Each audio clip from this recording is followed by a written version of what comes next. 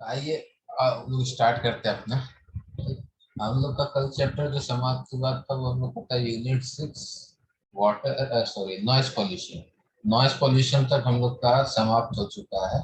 तो 6 यूनिट हम लोग के खत्म हो चुके हैं। आज जो हम लोग यूनिट स्टार्ट कर रहे हैं वो यूनिट हमारा 6 है, रेडियो एक्टिव पॉल्यूशन।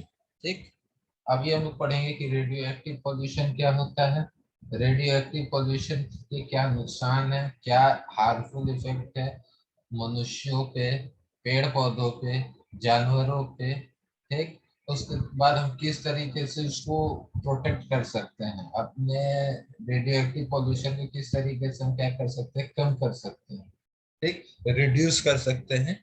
ये चीज हम लोग इस चैप्टर में पढ़ेंगे। ठीक, क्योंकि रेडियो एक्टिव पॉल्यूशन इस समय बहुत तेजी से इंक्रीज कर रहा है, फैल रहा है। ठीक, क्योंकि आजकल हम लोग टेक्नोलॉजी का यूज बढ़ाते जा रहे हैं, तो उस टेक्नोलॉजी में रेडियो एक्टिव किरणें हमारी कुछ बाहर निकल रही हैं। ठीक, अब उन रेडियो एक्टिव किरणों से पॉल्यूशन बहुत तेजी से बढ़ रहा है, जिसकी वजह से हम लोगों को कई तरह की बीमारियां हो रही हैं, कई तरीके का हमको नुकसान झेलने पड़ रहे हैं।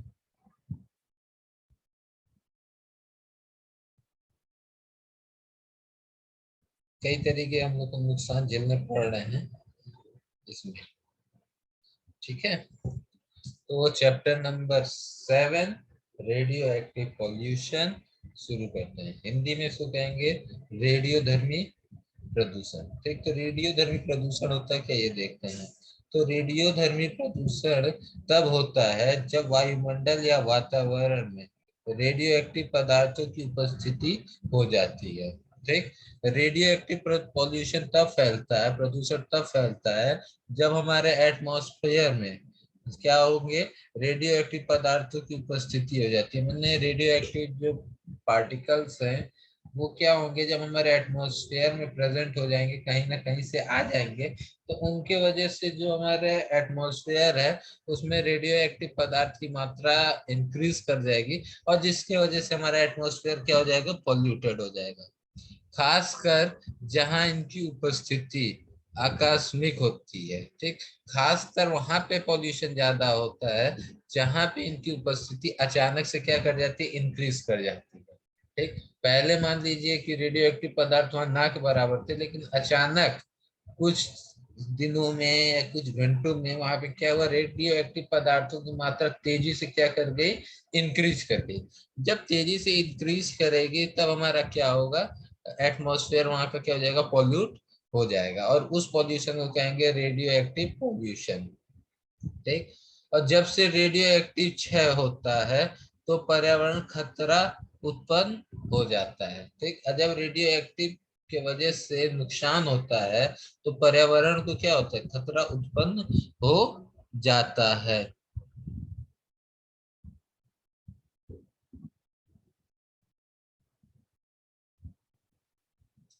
ठीक है, समझ रहे हैं रेडियो एक्टिव पॉल्यूशन क्या हो। रेडियो एक्टिव पॉल्यूशन हमारे एटमॉस्फेयर में तब फैलता है, तब इंक्रीज करता है हमारे वातावरण में, जब अचानक से रेडियो एक्टिव पार्टिकल्स की मात्रा क्या कर जाए, इंक्रीज कर जाए। सडनली क्या कर जाए, रेडियो एक्टिव पार्टिकल्स क्या हो जाए, इंक्रीज कर जाए। ऐसा कुछ वहां पे घटना घटी, ठीक है ना, ऐसी कुछ घटनाएं वहां पे घटी जिसके वजह से क्या हुआ, उस इलाके में रेडियो एक्टिव पॉल्यूशन तेजी से इंक्रीज कर गया। Radio active material, radio active pollution क्या हुआ, तो हमारा क्या हो जाएगा, बढ़ जाएगा।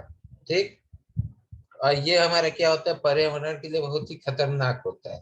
ठीक, अब मैंने आप लोग को एक नोट्स लिखा है, नोट लिखा है। ये नोट में क्या लिखा है कि रेडियो एक्टिव पदार्थों के कारण होने वाली विनाश, खतरनाक आयनिस्करण विकिरण जैसे अल्फा बीटा गामा किरणों का वातावरण में नुसरन के उत्सर्जन के कारण होता है।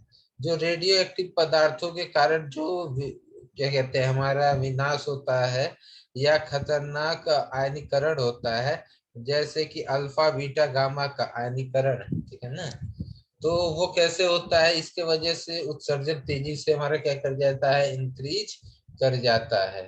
ठीक, अल्फा बीटा गामा किरणें क्या होती हैं, तेजी से बढ़ जाती हैं, और जब ये तेजी से बढ़ती हैं तो वहां पे क्या होता है, रेडियो एक्टिव पदार्थ क्या होते हैं, वहां के एटमोसफेयर को पोल्यूट कर देते हैं। जैसे कि ये नोट्स में लिखा है, क्या लिखा है, वह फिर से सुन लीजिए कि रेडियो एक्टिव पदार्थों के कारण होने वाला विनाश, जो रेडियो एक्टिव पार्टिकल्स है उनके कारण जो होने वाला हमारा डैमेज है, वो खतरनाक आयनिक किरणों, जो खतरनाक आयनिक किरणें हैं जैसे अल्फा बीटा गामा, ये अल्फा बीटा गामा किरणों का की बढ़ोतरी या वातावरण में न्यूरॉन्स के उत्सर्जन के कारण होता है। देखिए, दो वजह से पर्यावरण रेडियो एक्टिव की वजह से पॉल्यूट होता है, या तो खतरनाक आयनिक किरणें, खतरनाक आयनिक किरणें कौन सी हो गई, अल्फा बीटा गामा, या वातावरण में न्यूरॉन्स के उत्सर्जन, जब हमारे एटमॉस्फेयर में न्यूरॉन का उत्सर्जन तेजी से होगा तो इन दो कारणों के कारण जो रेडियो एक्टिव पदार्थ हैं उनसे विनाश जो होता है वो तेजी से, डैमेज जो होता है वो तेजी से होता है। नोट्स में जो लिखा है समझ में आ गया आप लोग को?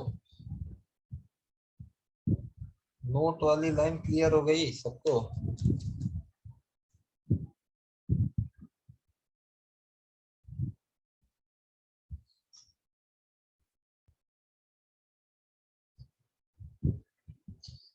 ये बार और समझ लीजिए, ये इसीलिए नोट करके लिखा है। ये रेडियो धर्मी पदार्थों के कारण होने वाले विनाश, जो रेडियो एक्टिव पार्टिकल्स के वजह से जो हमारा डैमेज हो रहा है, वो किसके वजह से हो रहा है, जो हमारे खतरनाक आयनिक किरण है अल्फा बीटा गामा, या जो एटमॉस्फेयर में न्यूरॉन्स की उत्सर्जन, जो एटमॉस्फेयर में न्यूरॉन का जो उत्सर्जन हो रहा है उसके कारण तेजी से हो रहा है। ठीक, चलिए फिर उसके बाद से एक और नोट है कि प्रकृति में प्राय यूरेनियम और थोरेनियम, रेडियो इत्यादि सब रेडियो एक्टिव तत्व है। पर्यावरण में हमारे कुछ रेडियो एक्टिव मटेरियल्स हैं। ठीक, हमारे एटमॉस्फेयर में, हमारे प्रकृति में, इन्वायरमेंट में, ठीक,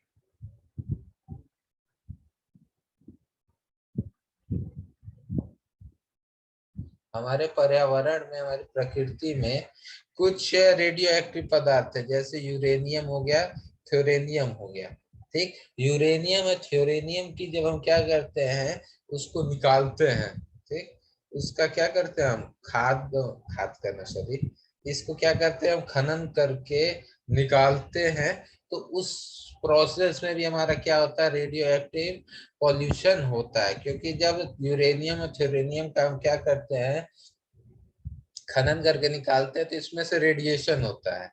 रेडिएशन से क्या होता है कि जो अल्फा बीटा गामा या न्यूरॉन्स है वो क्या करते हैं, उसमें से तेजी से बाहर निकलते हैं, और जब वो निकलेंगे तेजी से बाहर, तो वहां एटमॉस्फेयर में रेडियो एक्टिव पदार्थों की मात्रा क्या होगी, अचानक से क्या कर जाएगी, इंक्रीज कर जाएगी। और जब वो अचानक से इंक्रीज करेगी तो उसके वजह से क्या होगा कि वहां के आसपास का एटमॉस्फेयर पॉल्यूट हो जाएगा, उस वहां पे रहने वाले लोगों को तरह तरह की बीमारियां होंगी, पेड़ पौधे क्या होंगे, सूख जाएंगे, मटेरियल के रंग क्या होंगे, उड़ने लगेंगे। एक पक्षियों की क्या होगी, वहां पे प्रजाति विलुप्त होने लगी, पक्षियों की मृत्यु होने लगेगी। ठीक है ना, तो ये सब कारण है। ठीक, अब आइए आगे बढ़ते हैं।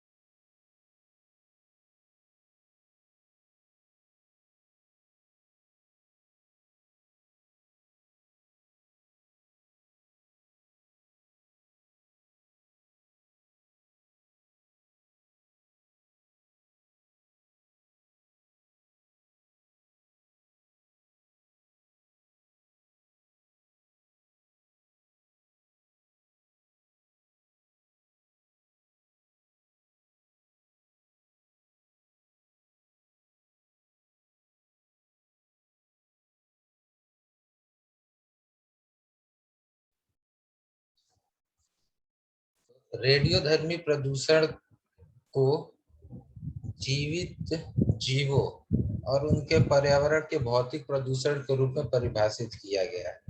देखिए, मैं पहले बताया था कि पॉल्यूशन को हम कैसे डिफाइन करेंगे। पॉल्यूशन को हम डिफाइन करेंगे कि जब एटमॉस्फेयर में प्रेजेंट मटेरियल या जो भी चीजें हैं उसकी 3 प्रॉपर्टीज चेंज हो। कौन कौन सी? फिजिकल प्रॉपर्टी माने भौतिक, उसके बाद से केमिकल माने रासायनिक, और बायोलॉजिकल जैविक।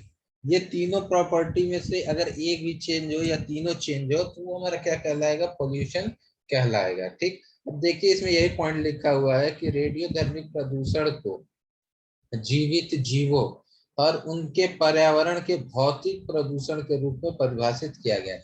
इसमें उसकी फिजिकल पैरामीटर्स क्या हो रहे हैं? चेंज हो रहे हैं। इसके वजह से क्या हो रहा है कि एटमॉस्फेयर में जो भी चीजें उनकी फिजिकल पैरामीटर्स में परिवर्तन हो रहा है, और उस फिजिकल पैरामीटर्स में परिवर्तन होने की वजह से हमको क्या करना पड़ रहा है? हार्मफुल इफेक्ट्स झेलना पड़ रहा है। ठीक, तो वो हार्मफुल इफेक्ट्स की वजह से रेडियोधर्मी प्रदूषण को भौतिक प्रदूषण के रूप में देखा जाता है, मतलब फिजिकल पॉल्यूशन के रूप में देखा जाता है। समझे बात को आप लोग कि क्यों हम रेडियो एक्टिव पॉल्यूशन को फिजिकल पॉल्यूशन के रूप में देखते हैं? क्योंकि इसमें जो भी गुणों में परिवर्तन हो रहा है वो क्या हो रहा है? फिजिकल प्रॉपर्टीज इसकी माने भौतिक गुणों में परिवर्तन हो रहा है। जब भौतिक गुणों में परिवर्तन होता है तो इसी वजह इसको कहते हैं भौतिक प्रदूषण। जैसे आपको पिछले क्लास में बताया था कि और भी 2 चीजों में परिवर्तन होता है, रासायनिक गुणों में परिवर्तन और जैविक माने बायोलॉजिकल और केमिकल। लेकिन इसमें किस में हो रहा है? फिजिकल में हो रहा है, इसलिए इसको फिजिकल प्रदूषण के नाम से भी हम जानते हैं। चलिए आगे देखते हैं कि जो परमाणु विस्फोट और परमाणु हथियारों के परीक्षण, ठीक, परमाणु हथियार उत्पादन, रेडियोधर्मी आयनों के खनन, हैंडलिंग और निष्कापन के दौरान पर्यावरण में रेडियो एक्टिव पदार्थों के निकलने से के परिणाम स्वरूप होता है। अब देखिए कि कैसे हमारा रेडियो एक्टिव पॉल्यूशन होता है। परमाणु बम का विस्फोट, ठीक, कहीं एटम बम का विस्फोट हुआ, ठीक, या परमाणु हथियारों के परीक्षण, या कहीं ने हमने क्या कर लिया? परमाणु बम का क्या कर लिया? परीक्षण कर लिया। ठीक, पहला कारण क्या है कि परमाणु विस्फोट या परमाणु हथियारों का परीक्षण। फिर परमाणु हथियारों का उत्पादन, कि कहीं हम परमाणु हथियारों का क्या उत्पादन कर रहे हैं। देन रेडियोधर्मी अयस्कों के खनन, रेडियोधर्मी अयस्क जैसे हमारा यूरेनियम हो गया, थोरेनियम हो गया, इन सब का क्या हो गया? खनन। उसको हैंडलिंग, हैंडलिंग मैंने उसको हैंडल करना, एक जगह से दूसरी जगह ले जाना, फिर उसका क्या करना? निष्कापन करना। ठीक, इसके दौरान पर्यावरण में रेडियो एक्टिव पदार्थ निकलते हैं। ठीक, अब बारी बारी से देखते हैं परमाणु विस्फोट और परमाणु हथियारों परीक्षण। एक चीज जानते हैं आप लोग कि वर्ल्ड वॉर 2 में अमेरिका ने जापान पे क्या किया था? एटम बॉम्ब गिराया था। ठीक, सब लोग जानते होंगे कि वहां पे क्या हुआ था? एटम बम उन्होंने क्या किया था? गिराया था। वहां पे एटम बम गिरने की वजह से वहां के हवा में इतना रेडिएशन फैल गया था, ठीक, इतना वहां पे रेडिएशन फैल गया था कि वहां पे काफी सालों तक जो भी मैंने बच्चे पैदा होते थे उसमें कई ऐसे बच्चे होते थे जो बचपन में ही क्या होते थे? पैदा होते टाइम ही क्या होते थे? अपंग होते थे। किसी की नाक होती थी, किसी का हाथ सही नहीं होता था, किसी का पैर नहीं सही होता था, कोई से सुनता नहीं था, किसी की आंख, मैंने ऐसे बहुत सारे प्रॉब्लम होते थे। क्यों? क्योंकि जब वहां पे एटम बम का विस्फोट हुआ था तो जापान में क्या हुआ था कि बहुत सारे रेडियो एक्टिव मटेरियल जो पार्टिकल्स है वो वहां के एटमॉस्फेयर में मिक्स हो गए थे। ठीक, और वहां पे रेडिएशन बहुत ज्यादा इंक्रीज कर गया था, बहुत ही लार्ज अमाउंट में रेडिएशन क्या हो गया था? फैल गया था। तो उस समय तो जो मरने थे मर गए, लेकिन जो बच गए तो उसके बचने के बाद से वहां पे जब बच्चे पैदा होने शुरू हुए तो उस रेडिएशन की वजह से, उस रेडियो एक्टिव मटेरियल्स के वजह से वो गर्भ में ही क्या हो जाते थे? किसी न किसी पार्ट से अपंग हो जाते थे। ठीक है ना? तो ये इसका देखिए कितना हार्मफुल इफेक्ट है कि अभी बच्चा एटमॉस्फेयर में आया ही नहीं है, सॉरी दुनिया में आया ही नहीं है, वो अभी पेट में ही है, लेकिन उस पेट में ही उस रेडियो एक्टिव मटेरियल्स का, उस रेडियो एक्टिव पदार्थ का या रेडिएशन का उस पर कितना बुरा प्रभाव पड़ रहा है कि वह गर्भ के अंदर ही क्या हो जा रहा है, अपंग हो जा रहे हैं। समझ रहे हैं ना कि क्यों ये इतना हार्मफुल है। इसी वजह से एटम बॉम्ब को कहीं गिराने का, मैंने कोई देश को यूज करने का परमिशन नहीं है। यहाँ तक कि एटम बॉम्ब को आप डायरेक्टली क्या कर सकते हैं, परीक्षण भी नहीं कर सकते हैं। ठीक, इसके लिए बहुत सारे नियम कानून बने हुए हैं। ठीक है ना। देखे होंगे आप लोग परमाणु मूवी में कि किस तरीके से भारत चोरी छुपे, अमेरिका से छुपे किस तरीके से परमाणु बम, एटम बम का परीक्षण करता है। देखे होंगे सब लोग परमाणु मूवी। ठीक, इसीलिए क्योंकि जब एटम बम का विस्फोट होता है तो उसमें रेडिएशन बहुत ही ज्यादा इंक्रीज होता है। एक बहुत ही ज्यादा लार्ज अमाउंट में रेडिएशन रिलीज होता है। तो आप लोग मूवी में देखे भी होंगे कि इसीलिए एटम बम को जमीन में काफी नीचे ले जाके और प्याज का उन्होंने यूज किया था। ठीक, कि जिससे कि वो प्याज, प्याज के वो होती प्रॉपर्टी होती है कि वो रेडिएशन को एब्जॉर्ब कर लेता है। ठीक, इसलिए लार्ज अमाउंट में उन्होंने उसमें क्या किया था, प्याज फिल किया था, उसको जमीन के अंदर किया था कि रेडिएशन जो है एटमॉस्फेयर में कम से कम आए, ताकि वहां के जैसलमेर के आसपास में रहने वाले लोगों को उसका हार्मफुल इफेक्ट देखने को ना मिले। ठीक है, तो इसीलिए उन्होंने क्या किया था, जमीन के अंदर गहराई में, और उसमें ऐसे मटेरियल्स का यूज किया था जो रेडिएशन को क्या कर ले, एब्जॉर्ब कर ले। क्योंकि जब एटम बॉम्ब फूटेगा तो उसमें से अल्फा बीटा गामा रेज और साथ ही साथ न्यूरॉन्स भी क्या होंगे, उत्पन्न होंगे, और उनके वजह से रेडिएशन बहुत ही तेजी से प्रचुर मात्रा में बढ़ेगा। ठीक, जो वहां के आसपास के लोगों को हार्मफुल इफेक्ट देगा, जिसका मैंने अभी एग्जांपल दिया जापान का, जब atom bomb second world war में अमेरिका ने जापान के ऊपर गिराया था। ठीक,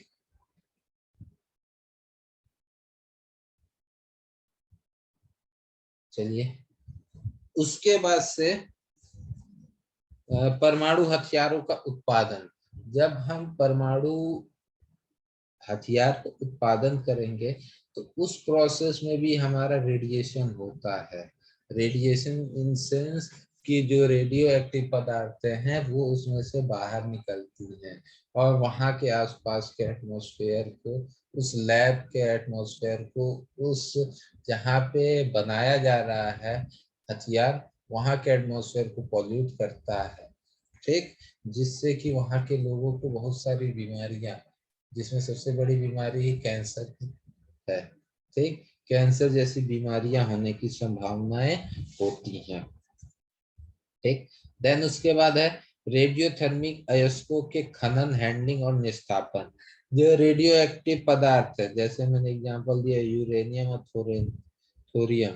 जब यूरेनियम और थोरियम का हम क्या करते हैं, निकालते हैं उसको खनन करके जमीन के अंदर से, और खनन करके निकालने में और उसको हैंडल करने में, मतलब उसका रख रखाव करने में और उसका निपटारण करने में, उसको फिर दूसरी जगह से कहीं ले जाके स्टोर करना या जो भी उसे करना है, जो भी उस बीच प्रोसेस है, इन सारे प्रोसेस में भी हमारी रेडियो एक्टिव किरणें, सॉरी रेडियो एक्टिव पदार्थ अल्फा बीटा गामा और यूरेनियम क्या होते हैं, उत्पन्न होते हैं, और जो हार्मफुल इफेक्ट्स को देते हैं वहां के एटमोसफेयर में। ठीक,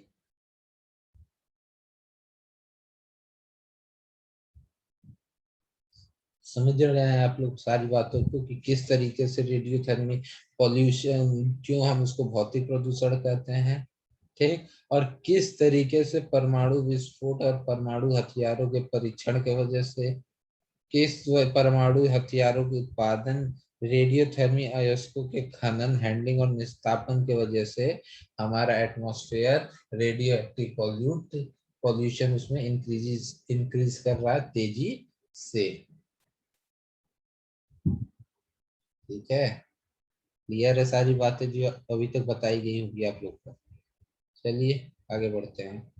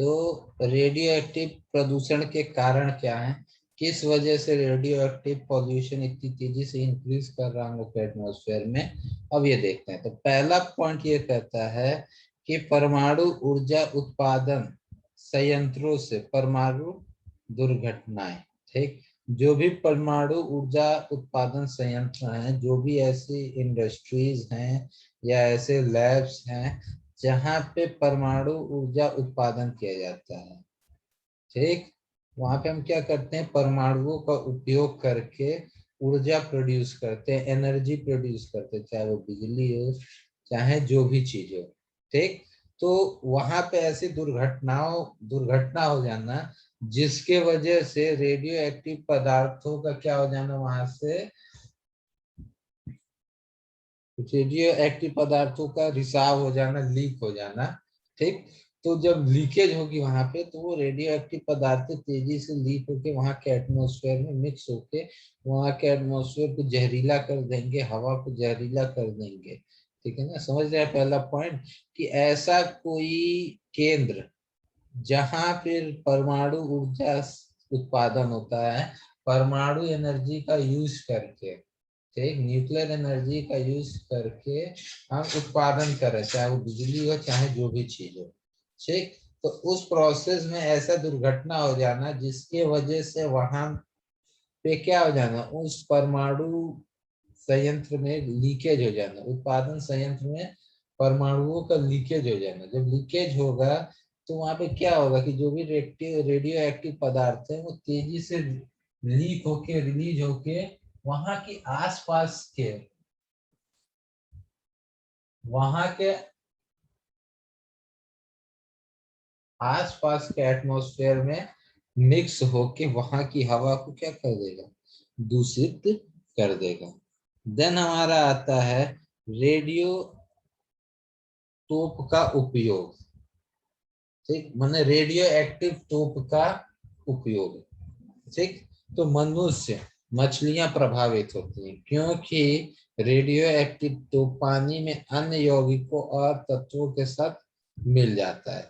देखिए जब रेडियो एक्टिव टोप कहीं होगा, ठीक, तो जब वो टोप चला तो वहां से क्या होगा, रेडिएशन इंक्रीज होगा, रेडिएशन रिलीज जब होगा तो वो पानी में क्या होगा, मिक्स होके पानी में जो भी मटेरियल है या जो भी तत्व है, मिनरल्स हैं, उनमें मिक्स हो जाएंगे, जिसके वजह से अगर कोई मनुष्य उस पानी को पी रहा है तो उसको हार्मफुल इफेक्ट देगा। उसमें जो मछलियां सरवाइव करी, मछलियां रह रही हैं, वो मछलियों को भी हार्मफुल इफेक्ट देगा, जिसके वजह से मनुष्य और मछलियों की क्या होगी, मृत्यु होने लगेगी। या उसमें जो पेड़ पौधे हैं, जो भी एक्वाटिक मटेरियल है, एक्वाटिक जीव जंतु है, उन सबको क्या करेगा, ये नुकसान देगा।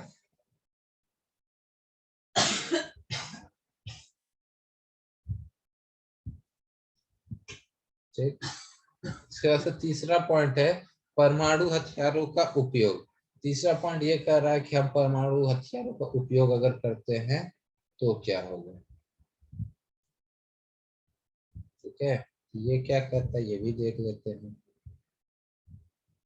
तो परमाणु हथियारों का उपयोग कैसे है, परमाणु मिसाइलों एवं परमाणु बमों का उपयोग द्वितीय विश्व युद्ध में परमाणु ऊर्जा का एक रूप न केवल कारण बताया बल्कि रेडियो एक्टिव प्रदूषण या प्रदूषण की हानि कारक प्रकृति भी है।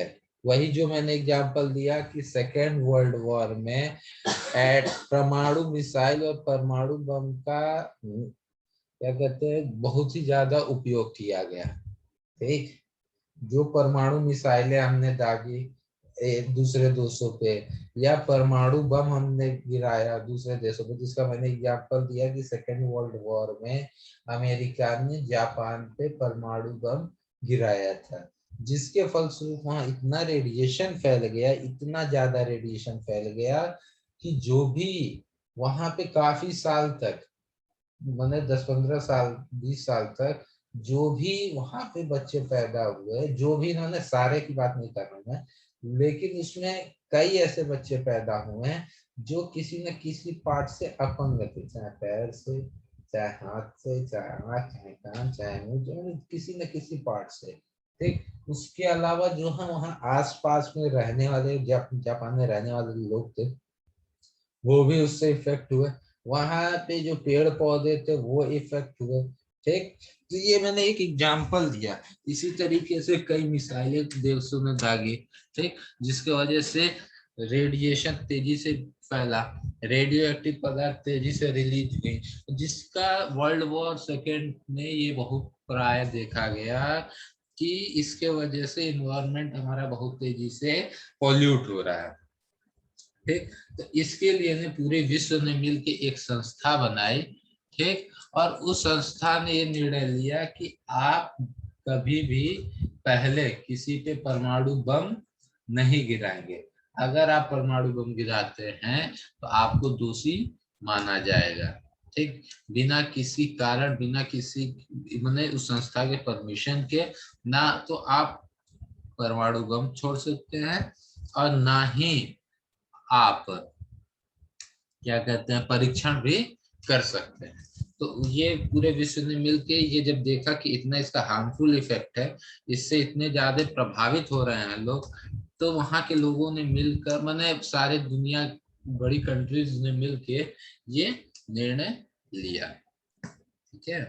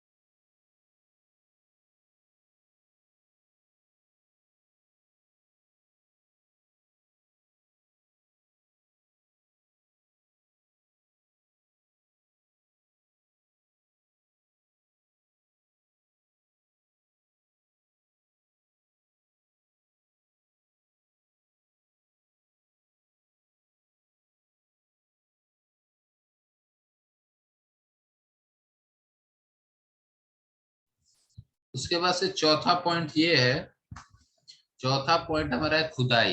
खनन में ज्यादातर खनिज अयस्कों की खुदाई शामिल होती है, जिससे टुकड़ों में किया जाता है। ठीक, एग्जाम्पल, रेडियम, यूरेनियम प्राकृतिक रूप से पर्यावरण में पाया जाता है। देखिए, जैसे मैंने अभी पीछे बताया था कि जब भी हम खनन करते हैं किसकी, रेडियो एक्टिव मटेरियल, जैसे हमारा रेडियम हो गया, ये यूरेनियम हो गया, जो प्राकृतिक रूप से पाए जाते हैं। ठीक, जब इसका हम खनन करते हैं, खनन करने या फिर एक जगह से दूसरे जगह ले जाने, हैंडलिंग करने या निपटारण करने में, इस सारे प्रोसेस में क्या होता है, इतनी देर में काफी रेडिएशन रिलीज होता है। ठीक, काफी अल्फा बीटा गामा रेस क्या होते हैं उसमें से बाहर निकलते हैं, और ये क्या करते हैं, वहां के एटमॉस्फेयर में रेडिएशन काफी इंक्रीज कर देते हैं। ठीक, जिसके वजह से आसपास के जो भी माइंस के आसपास के इलाके वो क्या हो जाते हैं, पॉल्यूट हो जाते हैं। ठीक है, देन हमारा आता है रेडियोथर्मिक रसायनों का रिसाव। ठीक, महासागरों में जब जहाज हिम मतलब हिमनदों से टकराती है तो यह जलमार्ग और वायुमंडल में रिसाव हो जाता है। देखिए, रेडियोथर्मिक रसायन का रिसाव, कोई हमारा रेडियो एक्टिव केमिकल है उसका रिसाव हो जा रहा है, कोई इंडस्ट्री है उसमें रखा हुआ है, वहां से किसी कारणवश से वो रिसाव होकर एटमोस्फेयर मिक्स हो गया, उसको हम ट्रांसपोर्ट कर रहे हैं मान लीजिए जहाज से, तो वो जहाज क्या हुआ, किसी ग्लेशियर से टकरा टकरा गया। ठीक, समझ रहे हैं, तो वो जहाज क्या हो किसी ग्लेशियर से टकरा गया, जब वो टकराएगा तो वहां वो लीकेज हो जाएगा, रिसाव होगा। रिसाव होगा तो एटमॉस्फेयर हवा में तो मिक्स होगा ही होगा, साथ में वो क्या हो जाएगा, वाटर में भी मिक्स हो जाएगा, जिसके वजह से वाटर में रहने वाले एक्वाटिक जो भी जीव जंतु है उनको क्या होगा, वो नुकसान पहुंचाएगा, मछलियों को नुकसान पहुंचाएगा। जो उसमें टर्टल मतलब जो भी जीव जंतु हैं वो उनको नुकसान हो जाएगा। ठीक, अगर इंडस्ट्री से रिसाव हो रहा है, वो इंडस्ट्री के आसपास कोई शहर है तो वो फैल जाएगा शहर में, जिसकी वजह से शहर का एटमॉस्फेयर पोल्यूट हो जाएगा, वो क्या होगा, शहर को नुकसान करेगा। ठीक, तो ऐसा बहुत से कारण हैं। ठीक, तो आज हम लोग यहीं तक रहने देते हैं। आज हम लोग ने क्या क्या पढ़ लिया कि रेडियो एक्टिव पॉल्यूशन क्या होता है और इसका क्या होता है प्रदूषण के कारण। इतना आज हम लोग ने पढ़ा, आज हम लोग यही रहने देते हैं। ठीक, अब आगे हम लोग जब पढ़ेंगे तब हम लोग आगे देखेंगे कि इसका प्रभाव क्या था, इफेक्ट क्या था। तो आज इतना ही रहने देते हैं।